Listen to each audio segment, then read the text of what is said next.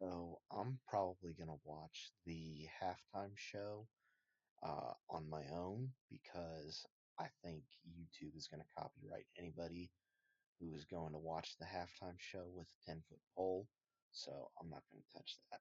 So, well, on the other hand, on the flip side, we have this from Dead Meat, their own little halftime show, which is sponsored by Osgood Perkins's upcoming horror film, The Monkey. So let us take a look here and see what we have for the Dead Meat halftime show. Let's take a look. The Camp Crystal Lake slasher Dr. Lecter expects a lecture. Dr. Lecter expects a lecture. Dr. Lecter expects a lecture. Dr. Lecter expects a lecture. No, you're good. New Orleans, home to hatchet-wielding hunks, bisexual bloodsuckers, and today's big football game. Thousands have flocked from across the country to witness the sporting event of the year, and dozens more are tuning in here today on the Kill Count Cable Network. It's good. Welcome to KCCN, bringing you the very best blood and gore since 2017. From bathroom bumpings off to sleeping bag beatings, we're covering the latest and greatest in messy movie murders this season. Coming to you live from New Orleans, it's Dead Meat's Halftime, brought to you by The Monkey, in theaters February 21st. Hey folks, welcome to Halftime, where we're looking at the kill highlights of the horror season. I'm your host, James A. Janice. And I'm Chelsea Rebecca. Let's get into all the good gore that's not safe for broadcast. Joining us today are guest analysts Osgood Perkins and Elijah Wood, here to discuss the year's best kills. Hey, Oz and Elijah, it's great to see you, and we're honored to have such seasoned pros joining the show today. Yeah, it's great to be here. Thanks for having us. It really is. It's downright magical to join you people, and I'm happy to be here. Of course, all respect to our colleagues at the NFL. Those guys love head trauma just as much as we do. We just prefer our internal damage to be a little more external. All right, starting us off, we've got Father Camera from Longlegs. Very appropriate. A madman, obviously. Now, I don't think Father Camera was on anyone's radar this season. You can see he's a gentle father, a doting man. Yeah, here he is honing his skills out on the practice field. We're seeing him put in quite a bit of preseason work with that axe. Crime of passion, you see. But just look at this masterful play, luring his victim in with a false sense of security. Camera taking his time with the approach here, not rushing anything. He's being very deliberate. And out of nowhere here, Here we go. Oh, wow. One and done. Wow. I feel like an axe kill is a classic. You know, it's not one we haven't seen before, but it is always visceral. And it was well aimed. That's just being thorough. Now, see, what I love about this kill is the unique approach from the front here. I think a lot of other killers, they would choose a rear attack to take the element of surprise. Think of a Jack Torrance. But Father Camera, he goes straight for it, right from the front. No shame.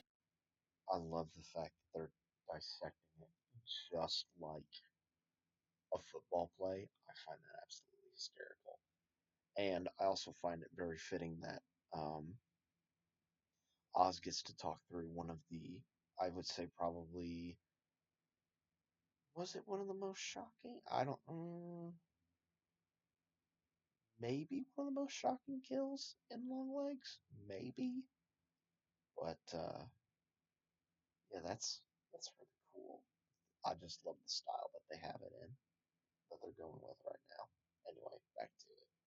Shame. No, that's full confidence right there. Sometimes the casual approach is the most disarming, you know. Yeah, they can't believe that this is actually happening. That's right. They can see it coming, but they can't believe they're seeing it coming. They can't process it in time. Everything appears to be fine, regardless of the axe in your fist. And it just lets him come in here with a beautiful axe strike right there. Just look at that arterial splatter. Can we see that spray again? Let's get a replay of that spray. That's beautiful.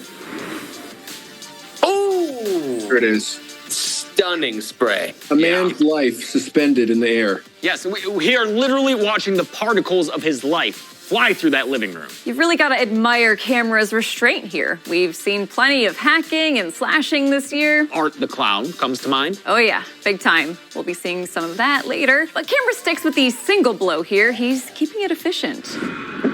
There we go. Brilliant. He gets another one in right before the camera cuts. You know, it's a real buzzer beater there. He gets it right. Last second shot for the win. It's an excellent kill that I don't think got enough attention throughout the season, so I'm glad we can highlight it here today.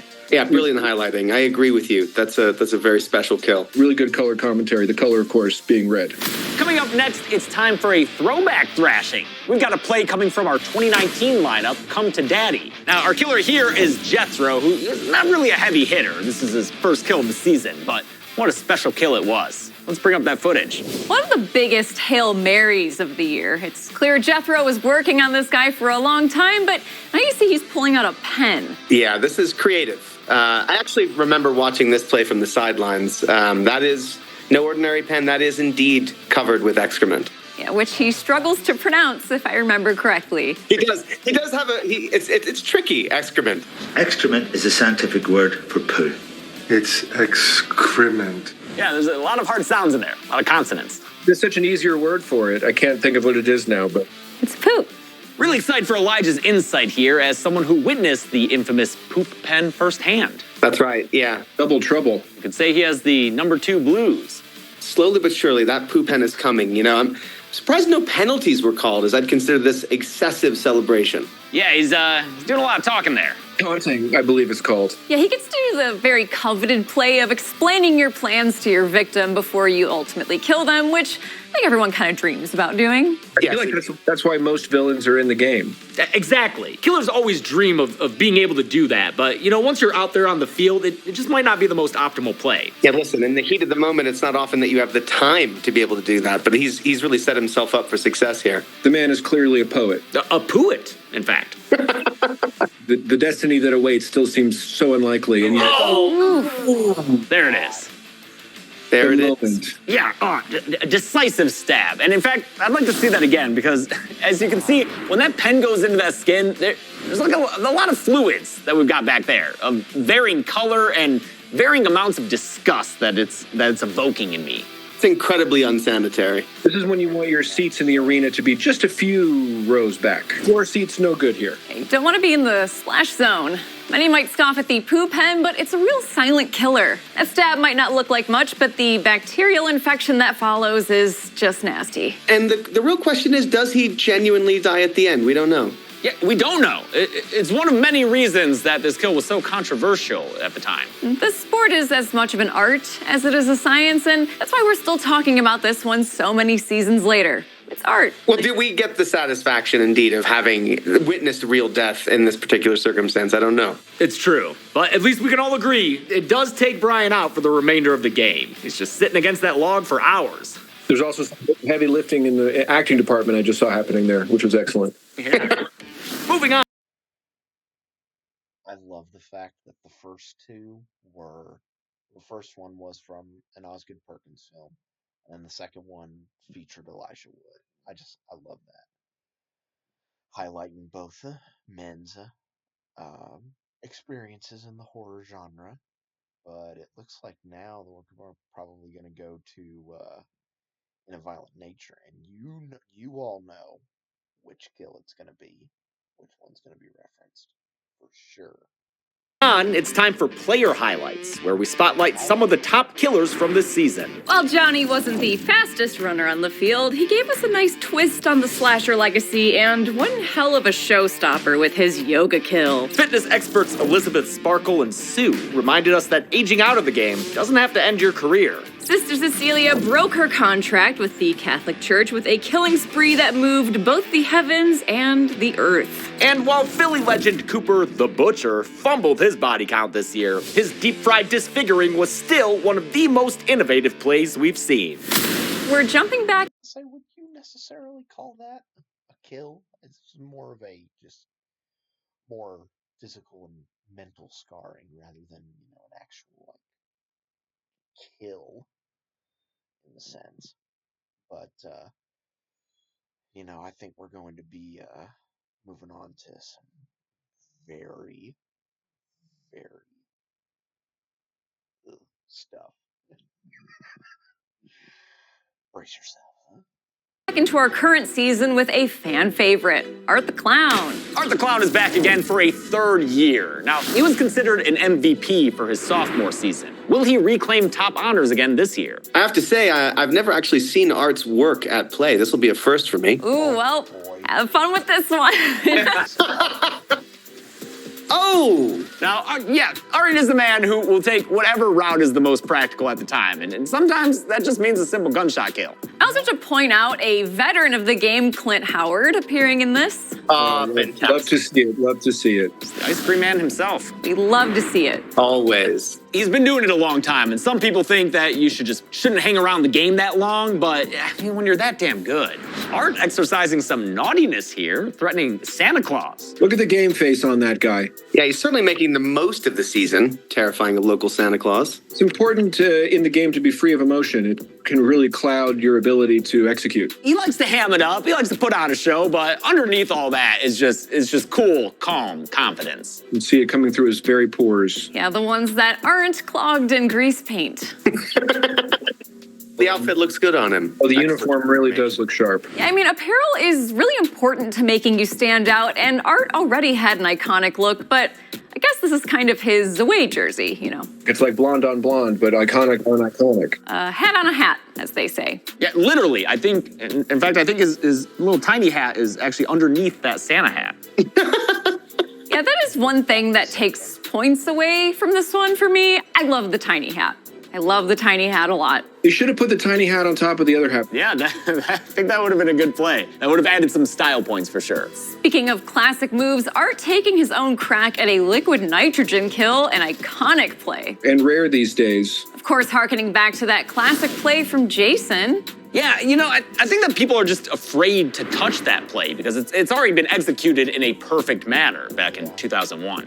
Jason X. Are we referring to the same film? Thank you. Exactly. Yes, it is one of the all-timer plays, for sure. Highly recommend a trip down Jason X. Jason X Lane, Boulevard. give it a try. It's pretty great. Jason X Boulevard. It's pretty great. An all-timer that has yet to be topped, but Art's gonna give it a try here, and he's doing it with some custom equipment. Now, before we get to the meat of the kill, Art's gonna warm up, pun intended, with Santa's arms and legs.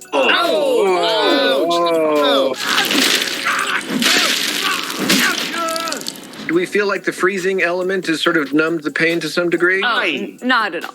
I How could it? How could it? Yeah, maybe on a surface level, but I mean, you're really feeling it once that hammer gets to the bones. Such a bad texture to look at. It's like a Cadbury cream egg or something. Yeah, Yes, it is. he's resetting here. Set number. And He's going for the face. He's absolutely going for the face. Of Here course. we go. Of course. For the close. He really enjoys his work. I like to see that. Yeah, he does. He takes great joy in these kills. Otherwise, why do it, really? Exactly. It's really for the love of the game. Yeah, I mean, once it becomes a job, that's when you need to hang up the hat. Or hats, in this case. I mean, he's so jolly. How can you stay mad at a guy like that? Oh! Oh! And somehow Santa is still in the game here. That's not gonna stop Art from nabbing a souvenir, though. Oh! Ooh! Looks like things are just about wrapped up, but it seems like he thinks something's missing. Oh, you gotta have a cherry on top. Yes, we are. The proverbial carrot on top. Indeed. Well done. Well played, sir. Now, of course, Art's kills are very stylistic. We all appreciate that about him, but I do have to commend the practical element of going after the legs first. That means that even if this poor Santa Claus were somehow able to untie himself, he wouldn't be able to get away. No, he ain't walking that off. Certainly not. It's from the bottom up school of killing. That's right. You know, that was a play that was perfected in Hostel, and I think we've had kind of a resurgence lately just because we're doing a bit of a throwback. Sure, don't mess with the classics. Exactly. I mean, if it's been proven effective before, then even in this money-ballified world we live in, you gotta realize they're efficient for a reason. Some tried and true approaches. Speaking of approaches, he really dances his way over, doesn't he? Yeah, he does.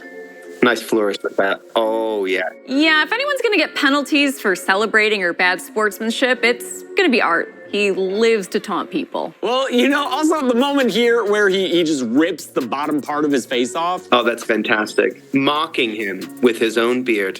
Again, taunting. It's always been a part of the sports world, and here it is, really beautifully executed. And similar approach to the hats. The beard is helping him complete the look. Yeah, one more time. Yeah, one more time. There you go. Oh, that's fantastic. You can see the consideration that Art puts into each motion, you know? And he really thinks about the next plan of action. He's not just working off of instinct or on a whim here. No, he's looking at this like an artist, you can tell. Yeah, Art the Clown, of course. There it is, and there it is. See, that's the benefit of freezing the skin like that. It just breaks like glass. Well, what it is, James, is it's just good science. They'll show this in future biology classes, I'm sure. What a showing from Art. Thank you so much for joining us to discuss these top kills of the season and some seasons past. Yes, this was incredible. And we're already getting a head start on this upcoming season's kills with a little movie called The Monkey, made by these gentlemen. Everything okay up there? Yeah, everything's fine. I sort of envision Elijah and I returning to your show to walk through some of the kills in that movie, which are pretty step by step, pretty meticulous. We went through a lot of preseason on that. We did a lot of sort of training and conditioning to get ourselves in top form. I think it paid off. Hope to see you out there on the field. With the Monkey's kills, I noticed that they are not simple plays. No, they're very elaborate and complex. And similar to in Art the Clown, there's a strange amount of joy to them. We're having a lot of fun here. Yeah, they're gonna be real crowd pleasers. The kills in The Monkey are meant to be sort of cartoonish, itchy and scratchy. Chuck Jones's Looney Tunes work were seminal inspirations. So think cartoon, think good time. Take your family, go with your children. Chelsea went with her folks, and they dug it. So I can't explain for that, but I'm happy to hear it. Yes, we can attest that some retirees from Michigan are big fans. That's amazing. If I ever heard the term four quadrant, I think it includes your parents, Chelsea. Exactly. This has been another amazing year of highlights. Oz, Elijah, thank you so much for lending your expertise today. Well, guys, this has been a blast. I've never run commentary on kills before, and I feel like this is going to be a new thing. Thanks for the privilege, really. Well, that about wraps things up for us here in the studio. Stay safe out there, or you might just make it on to next year's highlights. See you soon, Bye, guys. Thanks so much. Bye. Thanks for joining us here on Dead Meat's Halftime, presented by The Monkey. We'll catch you next season.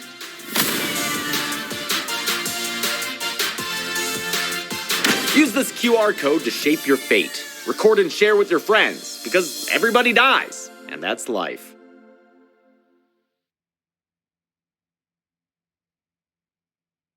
That was absolutely insane. That was so much fun watching that and just seeing them use sports terms to try and, critique kills and also appreciate the craftsmanship that goes into kills in a horror movie.